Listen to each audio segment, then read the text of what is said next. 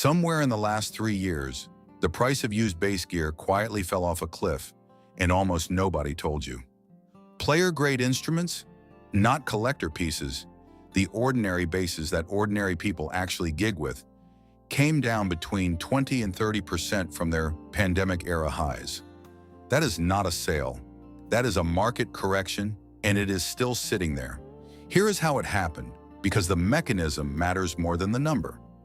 Between 2020 and 2022, millions of people took up an instrument at the same time.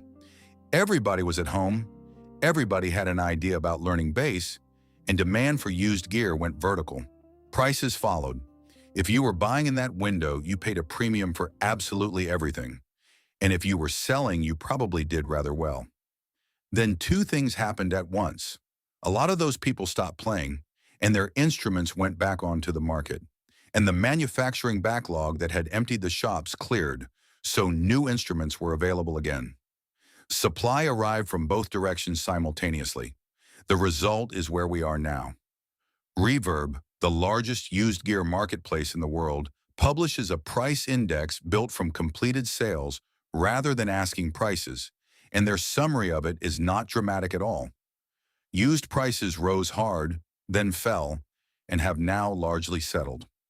That word settled is the important one, and I want to be careful with it because it means something specific. It does not mean prices are still falling. It means the correction has mostly happened and the market has found a floor. So this is not a video telling you to wait for prices to drop further. It is a video telling you that the drop already occurred and that a lot of people are still shopping with prices in their heads from 2021. There is a named example worth putting on the table, because abstractions are easy to argue with and specifics are not. The Fender Aerodyne Special Precision Bass launched at around $1,300. Used examples in mint condition have since been turning up around $500. That is not a slow drift downward. That is a collapse on a current, well-regarded instrument from the biggest name in the business, and it happened in the space of a couple of years. I am not telling you to run out and buy an Aerodyne. I am telling you that if that can happen to a Fender, your assumptions about what things are worth are probably out of date across the board. Nobody is paying for this video. Every topic on this channel comes out of your comments. So let us talk about where the money is actually sitting right now, and I want to start with the single most useful structural fact in the current market. In the range between roughly $300 and $800, the used market currently offers dramatically better value than buying new. Not slightly better. Dramatically. That happens because of a gap between two curves. A new instrument at $400 is built to a price, and that price includes a distribution chain, a retailer's margin, marketing, and a warranty. A used instrument at $400 was originally built to a much higher price and has since taken the depreciation hit that every instrument takes the moment it leaves the shop. You are buying the same money's worth of manufacturing from two completely different starting points. In the current market, that gap is unusually wide because the depreciation curve got steeper when all those pandemic instruments came back at once.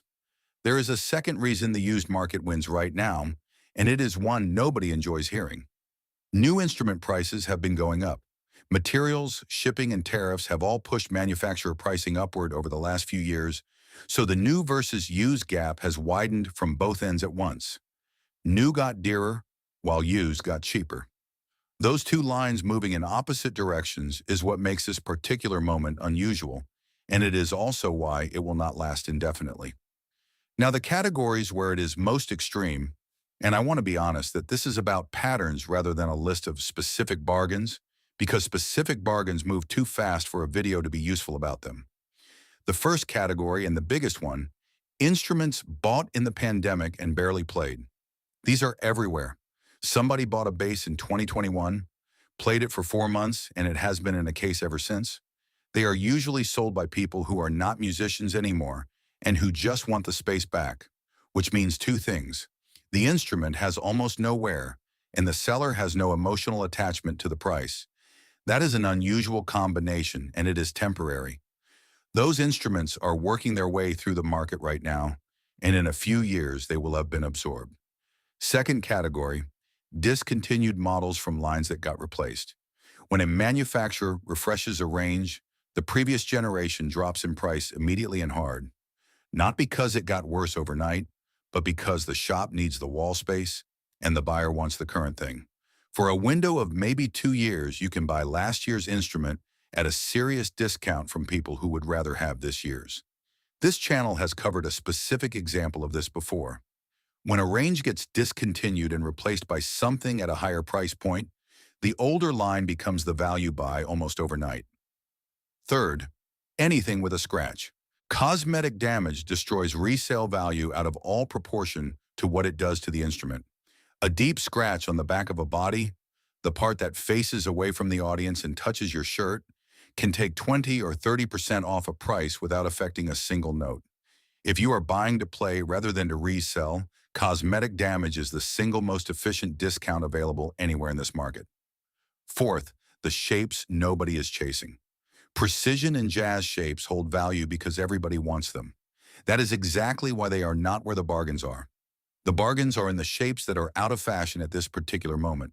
And fashion in instrument shapes moves in decades, so anything currently unfashionable is cheap now and will probably still be cheap when you want to sell it. Buy those to keep, not to flip. Fifth, 5 strings. This one is consistent enough to be worth naming on its own. 5-string basses depreciate harder than 4 strings because a lot of people buy one, discover they do not actually need the low B for the music they play, and sell it on. The buyer pool is smaller and the seller pool is disproportionately large. If you genuinely want a 5-string, you are shopping in one of the friendliest corners of this entire market. And 6, the one people forget entirely, gear that is not the bass. Amplifiers have taken this correction harder than instruments because large amps are difficult and expensive to ship, which suppresses their market badly.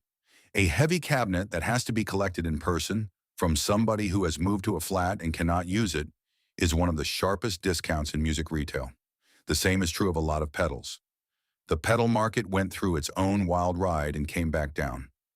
Now, the honest part, because a video about falling prices that does not tell you the risks, is just marketing with a different accent. The first thing, a falling market is not automatically a buying opportunity. It is only an opportunity if you were going to buy anyway. Nothing here is a reason to purchase an instrument you did not want, and the fact that something is 30% cheaper than it was in 2021 is completely irrelevant if you do not need it. The second, and it applies to everything used, the saving is not the whole story. A used instrument at a good price still needs setting up, and it may need strings, and occasionally it needs fretwork that costs more than the discount you got. Budget $100 on top of any used purchase and treat that as part of the price rather than a surprise. Third, and this cuts against my own argument, warranty has value, and used instruments do not have one. If something is wrong with a new bass, that is the shop's problem. If something is wrong with a used one, that is now your problem and your money. For a first instrument, for somebody who cannot yet tell whether a problem is the setup or the build, that protection is genuinely worth paying for. And the fourth, which is the one I would want somebody to tell me, do not confuse a lower price with a good deal. A bad instrument at 30% off is still a bad instrument, and the used market is full of things that were never good and are now merely cheap. The discount is only worth having on something you would have wanted at full price. One more practical thing, because a buyer's market changes how you should behave, and most people carry the wrong habits into it. In a seller's market, you make a full price offer immediately because hesitating loses the instrument. In a buyer's market, that is simply throwing money away. When supply is abundant, a polite offer below asking is normal, expected, and frequently accepted, particularly from a private seller who has already had the thing listed for 6 weeks. Watch how long something has been listed. That single piece of information tells you more about what a seller will accept than any price guide. Somebody 2 months in has already had the conversation with themselves about lowering it and be willing to collect in person. Anything large, heavy, or awkward to ship carries a discount that exists purely because of logistics, and if you can drive an hour, you can collect that discount in full. This is where the genuinely absurd deals live.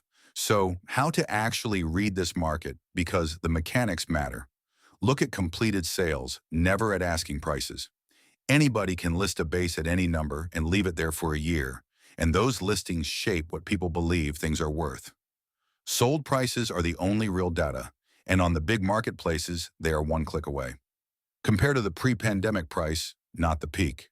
If you anchor to 2021, everything looks like a bargain and you will overpay. The honest comparison is what this instrument cost in 2019. And the answer is usually that we are roughly back to normal rather than at some historic low. And be patient in a way that would have been foolish 2 years ago. When supply is abundant, waiting costs you nothing. If a listing is too expensive, another one will appear. That was not true in 2021, when hesitating meant losing the instrument, and a lot of people are still shopping with that urgency in a market that no longer requires it. One caveat on all of this, and it is a real one. This market is more regional than people assume. Shipping costs, import duties, and how many players live nearby change everything.